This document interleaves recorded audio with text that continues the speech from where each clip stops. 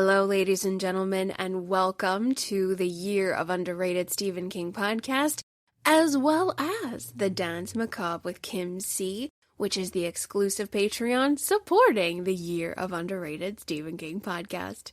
My name is Kim C, and I am the woman at the helm of both of those podcast endeavors.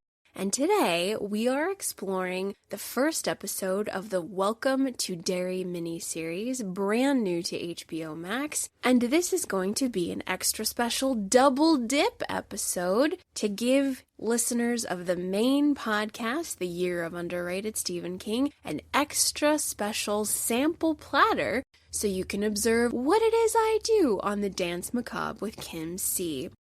Over on the Patreon, I like to tackle King on screen with shorter, more concise, very fun, and unfiltered content that is a little bit more raw, wild, and out there, where for the most part, I can go minute by minute to describe what I'm seeing on film, or I can plug in with what I plan on doing today, which is exploring what I really enjoyed about the episode, what jumped out at me in a positive arena, as well as things I'd like to comment on, questions I might have, and if it is bad enough, we will throw in some criticism.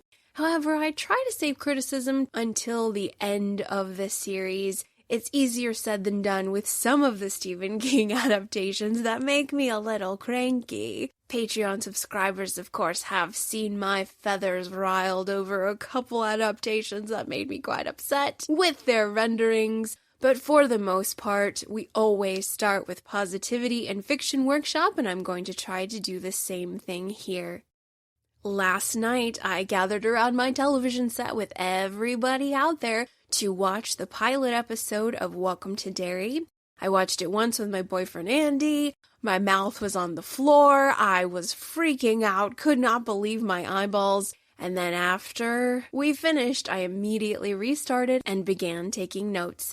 And that's how I do it. I have my laptop close by, and I'm jotting down what I enjoy, what I'm gonna unpack with greater detail, as well as things I would like to circle back to, and potential areas of criticism that we're gonna suspend as the series continues. We've got a couple points today where I am going to share with everybody out there what I observed, what I liked on Welcome to Derry, Episode 1, the pilot. Before we go any further, spoilers everywhere, good people, so if you have not yet watched the episode, let's wait on this, please. Don't let me ruin it for you. Please make sure you have fully observed Episode 1 of Welcome to Derry, and that way this episode will be a perfect, hopefully perfect, accompaniment. Let's start with my first point, Maddie Clements and his binky. Okay, I don't know if everybody calls it a binky, but my little brother Evan, who is, 30 now, well, when he was little, as well as numerous children I have babysat here in the southwestern USA, they all called a pacifier a binky. I think binky might have been a brand name that just stuck, kind of like Xerox and Kleenex. Those names are brand names. They're not exactly the actual name of the product. Anyway, I'm talking about a pacifier. I think over in the UK they call it a dummy, which is so cute. Anyway, it opens up with little Maddie Clements and his pacifier. He is sneaking into a movie at the Capitol Theater. It is Christmas time. And guys, this young character is not a baby, and so I'm very, very intrigued with why he has a pacifier. What is going on there? This character also looks like he's been a bit roughed up. He has bruising around his eyes. It looks like he hasn't slept. He is small. He is not very tall for his age. I'm thinking 12 years old would be generous with this guy. But I wrote down Maddie Clements and his binky because I am immediately intrigued by this little boy. Number 2, more positives.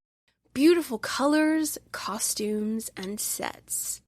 As the story unravels in the first few minutes of the episode, oh my gosh, friends, the color palette is quite lovely. We've got really warm colors, warm yellows, oranges, reds.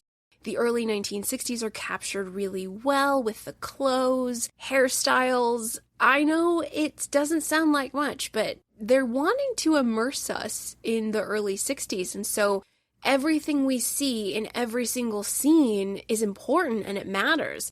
And in the first few minutes, they're doing a really excellent job of transporting us there. We've got, of course, threats of nuclear war, which was a big deal around that time. The school, the downtown aerial shots, it's lovely and real and very immersive. If you guys don't know, Kim C is endlessly blabbing ad nauseum about how much she loves costumes.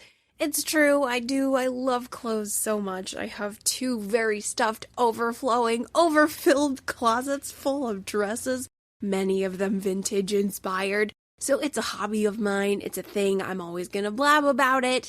So I am giving praise where praise is due, and we need to talk about it here. But the colors are beautiful. I'm just loving the 1960s immersion. I hope to see more of it, and I will continue to comment on that loveliness as the episodes continue. Number 3, our kid/adult cast. All right, friends, I think casting is looking pretty strong thus far, at least the look of these young folk. We've got Maddie Clements in this first episode, who I talked about a little bit. There's so much emotion on his face. I also noticed he is stuttering a bit in the scene with Lily when it looks like they are in the high parts of the Derry standpipe. Unsure. But they're having a chit-chat. He's a little stuttery. We're going to circle back to that later. I'm not sure if they're making him the Bill Denbrough of the group, but he's a lonely kid. It seems like he's very brave and brazen going in for a kiss, this sweet little angel. Not a lot of friends, but there is something special about Maddie Clements. Next, we have Looney Lily Bainbridge. As the episodes continue, I promise I'll have their actual real-life names rather than their character names. I'll have their actor names coming up. But for this first episode, we're just going to talk about character names. I'm really liking this Looney Lily Bainbridge. I don't know why. Well, I do know why they're calling her Looney, but okay, folks. From what we learn in this episode, Lily, who seems like a lovely, well-adjusted girl who had a tragic, traumatic event happen to her with the unexpected, untimely death of her father at a jarring plant. He was in a pickle jarring area, tragedy. She stayed in Juniper Hill for a little bit. We know about that place because that's where Henry Bowers was. That's where many people in the King universe end up, actually. But she is being ridiculed and made fun of because her dad died, which caused this traumatic breakdown. She stayed in Juniper Hill. She seems like a very strong Bev Marsh for the most part. We'll circle back to that later, but I am enjoying her look. Some of her monologues were very strong. Next character, we have Teddy Uris. He seems very much like a cookie cutter from Mr. Stan Uris from the original It novel. He seems really insecure, quiet, full of self-doubt, which might run in the Uris family in terms of readers of the novel. He's quiet, shy, mild-mannered, a bit suffocated by his Orthodox faith, and of course, Teddy is very, very afraid. We have a scene where there's a bit of an Ed Gein lampshade moment that really spooks him, and the next day he's vomiting a lot. It seems like he has a nervous stomach. So that's Teddy Uris. Looks the part. He's definitely embodying that small in spirit kind of person. Our fourth character is Phil. I did not get a last name for Phil, but he is our cookie cutter Richie Tozier. He might be the actual cutter for the cookie dough that is the Tozier family. So unknown if they're related, but he's really brash and brazen, obnoxious. He's very, very focused on alien conspiracy theories and what's going on at the Air Force Base there in Derry. I think that's going to be a huge, huge, huge plot point in this series, so we'll put a bookmark in that. But Phil is very similar to Richie Tozier. Next, we have Ronnie Grogan. She's the black girl who we saw in the first couple minutes of the episode. She works at the Capitol Theater, and later on she returns in the episode when the kids go to ask questions about Maddie Clements and if she knows anything about hearing voices in the drains. Next, we have little Susie. She's this little angel who does not seem old enough to be hanging out with the big kids. I think she's related to Phil, either a little sister or a cousin. I didn't get super concrete details on that. But she's got her little bangs and her pigtails, and she's very precocious and delightful and irritatingly wanting to hang on and be with the big kids. The next character is Margie. I also don't have a last name for Margie, but she is Lily's friend with the big glasses. I love the glasses on her. I think it's such a statement. I love her outfits, and I like that she's trying to be Lily's friend, but it's not going well. It's not easy for those who want to get close to Lily. She's got a lot going on. It seems like a stressful situation for sure.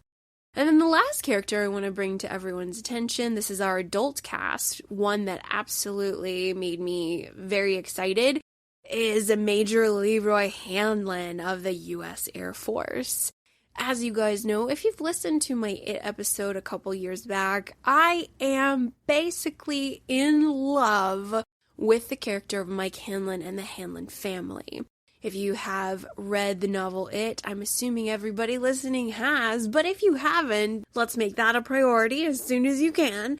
But Mike Hanlon is pretty much the entire foundation of the book, in case you didn't know. I think he's really underrated and overshadowed because all of the other members of the Losers Club shine very bright, and they definitely block his spotlight. But Mike and the Derry interludes, it's all the Hanlon family. The Hanlon family and the history of Derry, they are the novel for me. So I'm thrilled that we have someone from the Hanlon family.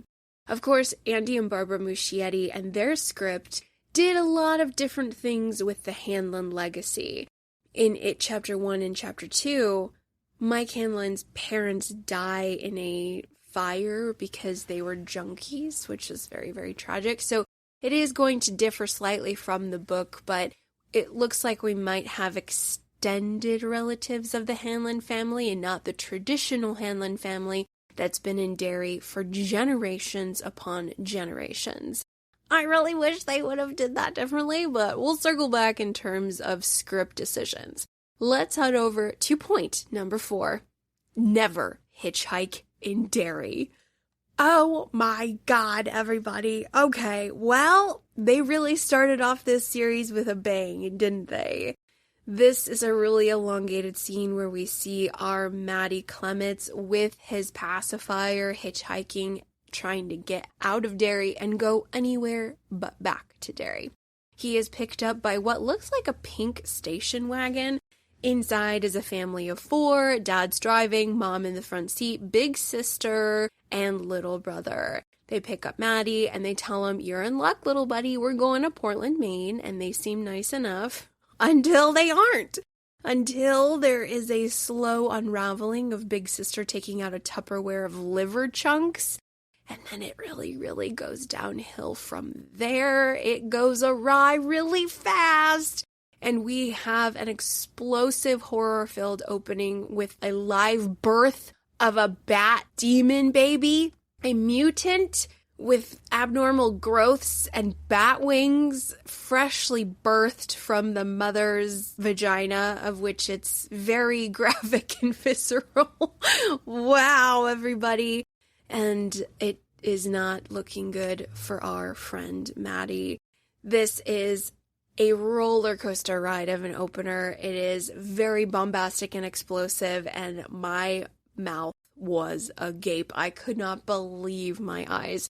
Very, very entertaining and very creepy.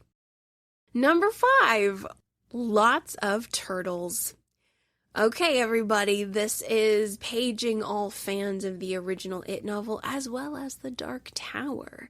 The turtle is a very big symbol in both of those sagas, and we've got a couple instances of turtle in this episode. We have Bert the turtle, who is a mascot in the schools for the duck and cover I think this is the curriculum or teaching initiative for nuclear war. They just taught kids to hide under their desks and all would be okay as there was a mushroom cloud outside. Oh my goodness. So Bert the turtle appeared, and then next we have a charm bracelet turtle inside the Cracker Jack box prize. I really want that charm bracelet that Lily had. That is a legit cool charm bracelet. And I really wish that Cracker Jack gave cool stuff like that rather than like stickers or temporary tattoos. If you have recently gone to the baseball field, you know the prizes aren't as cool anymore. But we've got that turtle charm that Maddie gives to Lily, unknown if it's a symbol of protection. But in both the Dark Tower and the novel the turtle is a sign of good. The turtle is a sign of hope, of protection, of things that are on the side of the light.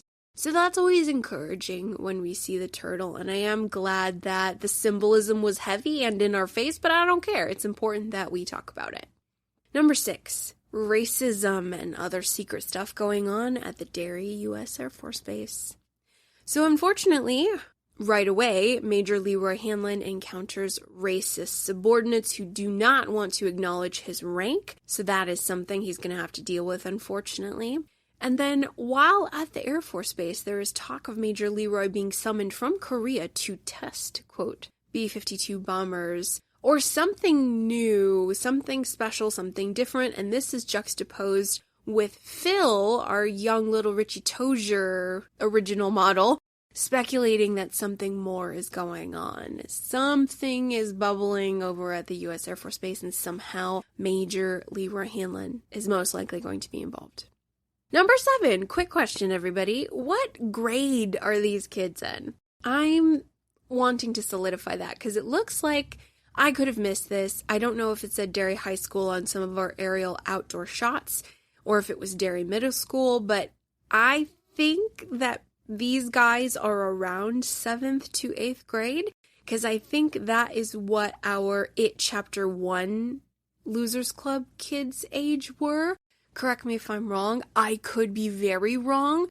In the original novel, everyone's around 11 years old, which is end of 5th grade, right around 6th grade.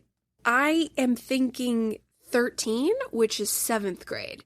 So we'll say 7th grade for everybody, maybe, which explains some of the boy-girl stuff between Maddie and Lily, which was pretty early on in the episode. I'm guessing 13 years old, 7th grade, but unknown. We'll put a bookmark in that for now, and if we find out concretely later on, I will revise. Number 8. Lily in the bathroom. Is it a bit too close to Bev Marsh? Okay, I'm going to talk about some of my character mirroring a bit later on, but I did jot down that she hears Maddie Clements in the sink, and we see his bloody fingers poke through, they're screaming, but I'm just, it's very similar to when Bev Marsh, as you guys know, from the original It novel and the films, the bathroom and Bev are very close. This is a character and a setting that is very integral. They're always together. So it's interesting that Lily is having a similar experience to Bev. Again, unknown what these show creators are doing and if we are getting direct mirroring because... Okay, more on that later. I don't want to bite off too much right now. Let's move on to point number 9, the standpipe. Yay! We have this gorgeous shot where Teddy and Phil are riding their bikes and they stop at the standpipe and Lily is sitting on a bench. It is really pretty and very picturesque and I enjoy this scene. I enjoy when they are around Derry and there's movement and we see the town and I'm excited for more of that. Number 10, the Ed Gein lampshade moment. I mentioned that a little bit earlier with the character of Teddy. Yikes, everybody. That was kind of scary. Of course, hopefully you guys all know the serial killer Ed Gein. There is a brand new Ryan Murphy Netflix film on his life out now. I refuse to watch it. I'm not a huge fan of Ryan Murphy. If it's good, I'm glad. I just don't do well with serial killer biopics. I just don't. I'm also a fraidy cat when it comes to that stuff. It's like grief horror that I don't vibe with, or I don't know. I haven't seen it, but I do know all about Ed Gein because I took psychology in college, as we all did. Yeah, I'm aware, but yeah, the lampshade faces, that was creepy. That was dark stuff. Dark stuff, my guys. Okay. Number 11, Major Leroy is attacked for the, quote, specs on the new plane. It's 3 guys in black masks. It almost looks like scuba gear. And I like this scene because, unfortunately, poor Major Leroy is getting beat down. He's really getting harmed with a literal lead pipe. But this is a great way of advancing the plot that there is a big secret about the Air Force Base. There is something we should be curious about concerning the Air Force Base because people want to know what Major Leroy knows, and yeah, there's data and secrets, so I like this advancing of the plot in this first episode. Number 12. I need to watch The Music Man. I really should. I don't recall watching that one. I was thinking about all the musicals I've watched. Carousel, Meet Me in St. Louis, Singing in the Rain. Nope, no Music Man. You'd think that would be in there somewhere, but it's not. I think I've seen it, but I love that we have actual clips and footage from that musical, specifically highlighting the song Ya Got Trouble. I love that. I think it's so fun. I love when we've got another film medium interspersed with ours, especially a period piece. It's so good. So I love that we have the Music Man at the beginning of the episode as well as the end of the episode, which leads us to my final point. I think the kids are really dead. Oh my god, everybody. Okay. Point number 13 explores the characters of Ronnie, Teddy, Phil, Lily, and Susie break into the Capitol Theater overnight because they are trying to watch the Music Man because they heard Maddie, at least Lily did, through the pipes singing You Got Trouble. And so we get to that scene and then we see, actually, the viewer sees Maddie holding a baby in a blanket, and next to him, I don't know if you guys caught this, next to Maddie is the brother and sister from the station wagon. Remember when there was the demon baby bat attack? The brother and sister are standing next to Maddie Clements. So it doesn't go well for them.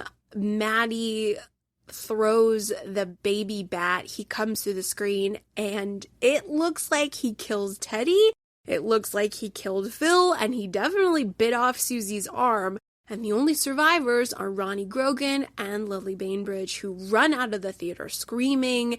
Our final scene is Lily screaming, holding the piece of Susie's hand. So guys, that was an explosive finale. We had an explosive opener. This was very, very entertaining, but I got a lot of questions because if those 3 characters are dead, okay then, well then wow, okay, that surprises me greatly if they really are dead. Because A, how's that gonna work? And B, is there going to be another losers club in this installment that are banding together to defeat Pennywise? Unknown. I was very surprised. This went really hard. This was full-on in-your-face horror and thrills and chills, and it was very cool to watch. I was very, very entertained. But circling back to what we touched on about our characters mirroring the Losers Club very closely. Maybe too closely. So I don't know about this, guys. We'll have to see who survived that theater attack from Demon Bat Baby thing. Unknown. But I'm concerned. So I was thinking about this because on the Patreon, I recently just concluded my coverage on the brand new short story collection, The End of the World as We Know It, which is all about the extended universe of the Captain Trips world, both pre, during, and post-pandemic. It's really expansive. It was a really worthwhile reading experience. But in my Patreon coverage, I talk about how some of the strongest stories were the ones that had fan service, were the ones that reached through to the fans of the stand and directly fed us all that fan service. But now, everybody, now that we have this fan service with this brand new show, and we have a character like Richie, We have a stuttering character. We also have a victimized, beautiful, strong young woman like Bev named Lily. And I'm like, oh, now I don't want the fan service. Now it's too much fan service. Now it's too close. And this could be the difference between a written medium versus a film/visual medium, unknown. But I don't know, guys. I think it might be too close. Don't copy-paste the characters from It 27 years in the past. Don't copy-paste, please.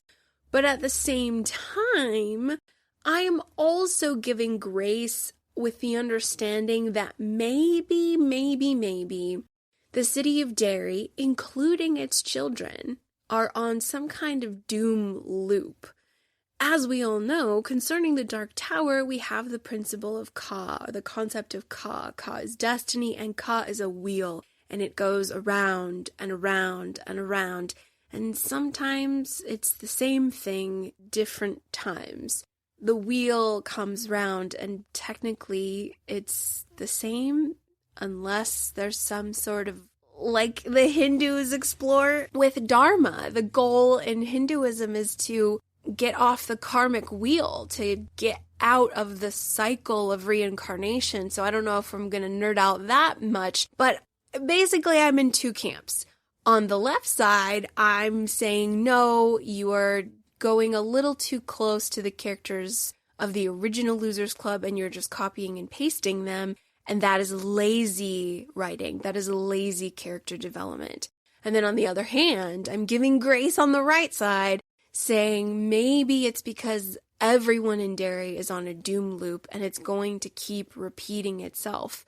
The people, the behaviors, the characters, the fates of families, maybe it's all going to play out the same until Pennywise is destroyed, until the evil entity is fully vanquished, and then people can get off the wheel. So it's an interesting concept to think about. I don't exactly have the right answer. I'm just throwing both perspectives out there for you now so you guys can see which side you're on. Are you giving grace to them on the right side with me? Or are you also wagging your finger and saying, stop cookie cuttering the original Losers Club? Don't copy paste too closely. That's me on the left. I can be both people. I am 50-50. So those are my concerns going forward, ladies and gentlemen. Let's do a quick recap of what we covered in this first episode of Welcome to Derry. Number 1, Maddie Clements and his Binky pacifier dummy. I love this character detail, and I really enjoy this little boy. I hope we see him again in the land of the living. Number 2, beautiful colors, costumes, and sets. Oh, I'm a happy camper. I love when it looks good, and it's looking good.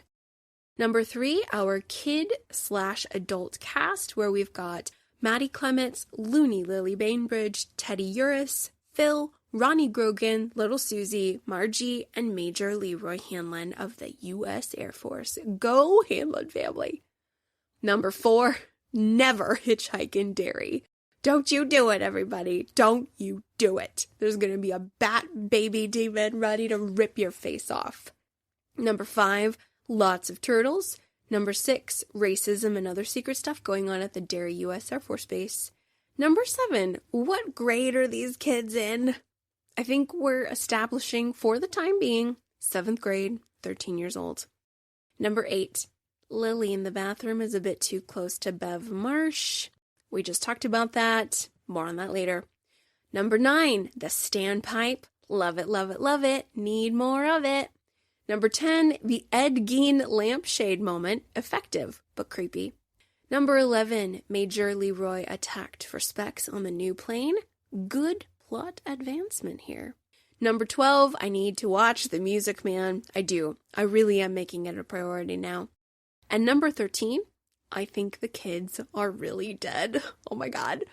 Ronnie and Lily run out of there. I'm not so sure about Teddy, Phil, and Susie. Holy hell. If we have a body count of 3 kids in the first episode, color me shocked and surprised, ladies and gentlemen. But no matter what, I am absolutely tuned in. That's all I have, everybody. These are shorter, sweeter, tighter, hopefully more fun episodes exploring Stephen King on screen. specifically what I liked, what jumped out at me, what I want to bring to everybody's attention, and maybe a little bit of potential criticism / we'll see what they do with it as the season continues. I have the extra special, wonderful opportunity to announce that I have, for the next couple weeks, the best job ever. I am recording this on Monday evening, and in about an hour or so, I am actually going to sit down with my good friend Scott Daly from Kingslingers, as I am going to be a guest host on the Welcome to Derry commentary. Oh my God, everybody. What joyous news. I am so excited and so nervous because I don't want to let down Scott Daly or Dr. Matt Freeman. I promise you all I'm going to do my best. But I'm recording this on a Monday evening, and I have not yet listened to any Welcome to Derry coverage. My sweet buddies Eric Vespi and Anthony Bresnikan just released an episode last night on the coverage. I haven't listened to it. I have tried to stay tunnel vision until I get my thoughts out.